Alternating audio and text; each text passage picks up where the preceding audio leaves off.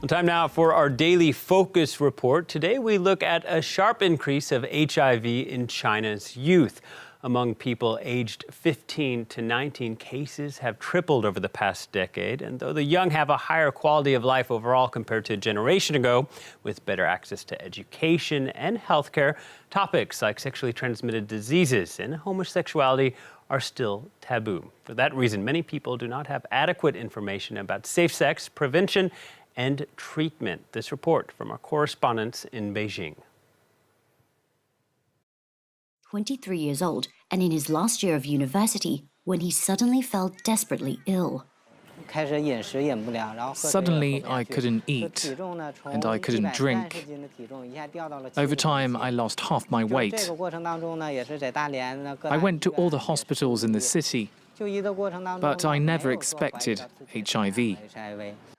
HIV was, until then, a disease he had only heard about in the media and had never been taught how to prevent.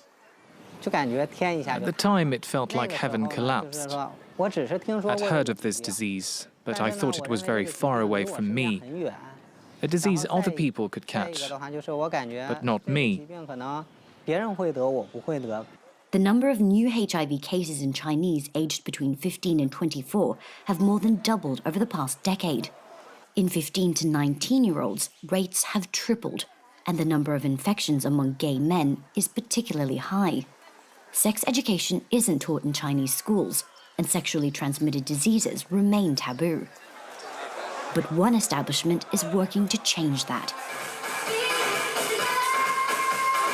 Destination is China's oldest and most well-known gay nightclub. In China, where traditional family values prevail, homosexuality is often rejected. But here, patrons are free to be themselves. But this isn't just a place for having fun, says Liu Yang, who has worked here for more than 10 years. 2 floors above the dance floor is an area dedicated to HIV testing. Infection rates are high in the gay community. Some are not educated about HIV. They lack even basic knowledge. So we opened a testing center to promote prevention and treatment of HIV, so that gay men pay more attention to safe sex for themselves and people around them. Testing is done discreetly and quickly. Patrons receive results in just 20 minutes. But those diagnosed with HIV face an uphill battle when it comes to finding a job, renting a house, or even maintaining family relationships. A lot of people don't reveal they have HIV, even to family and friends. And we advise them not to. Because currently there's still a huge amount of discrimination. And many are afraid of how it will affect their lives. This discrimination gave rise to an unconventional and anonymous way to screen for HIV. Testing kits purchased via vending machines. Dozens of campuses throughout China are piloting the project, including Beijing's Tsinghua University. Selling for about €4, just 10% of what they cost online, they're cheap and efficient. Urine samples are dropped into the machine, and results are posted online after 5 days.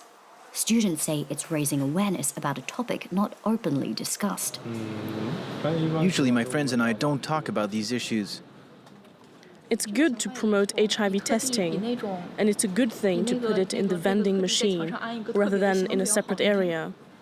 While the rate of HIV in the general population is low, 0.07%, the World Health Organization says rates among young people are climbing. The data is pretty worrisome, but we have also to highlight that 3 out of 4 of these new infections are in men having sex with men. Launching a celebrity campaign to address the stigma attached to being HIV positive, the World Health Organization says gay men in China often have less access to information about safe sex. We need to talk about a certain issue. We cannot just leave them under the rug, because then the children will be affected. Bringing better sex education to China is the mission of Fang Gang, a professor of Beijing's Forestry University.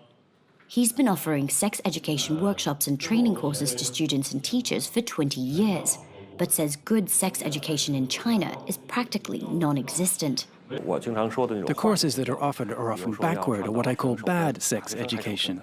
For example, telling students to keep their virginity until marriage. Homosexuality is wrong. Condoms aren't safe. You shouldn't have multiple partners, that kind of thing. The main reason is the social values and attitudes towards sex. We haven't yet reached an attitude which is open enough to embrace different ways of life.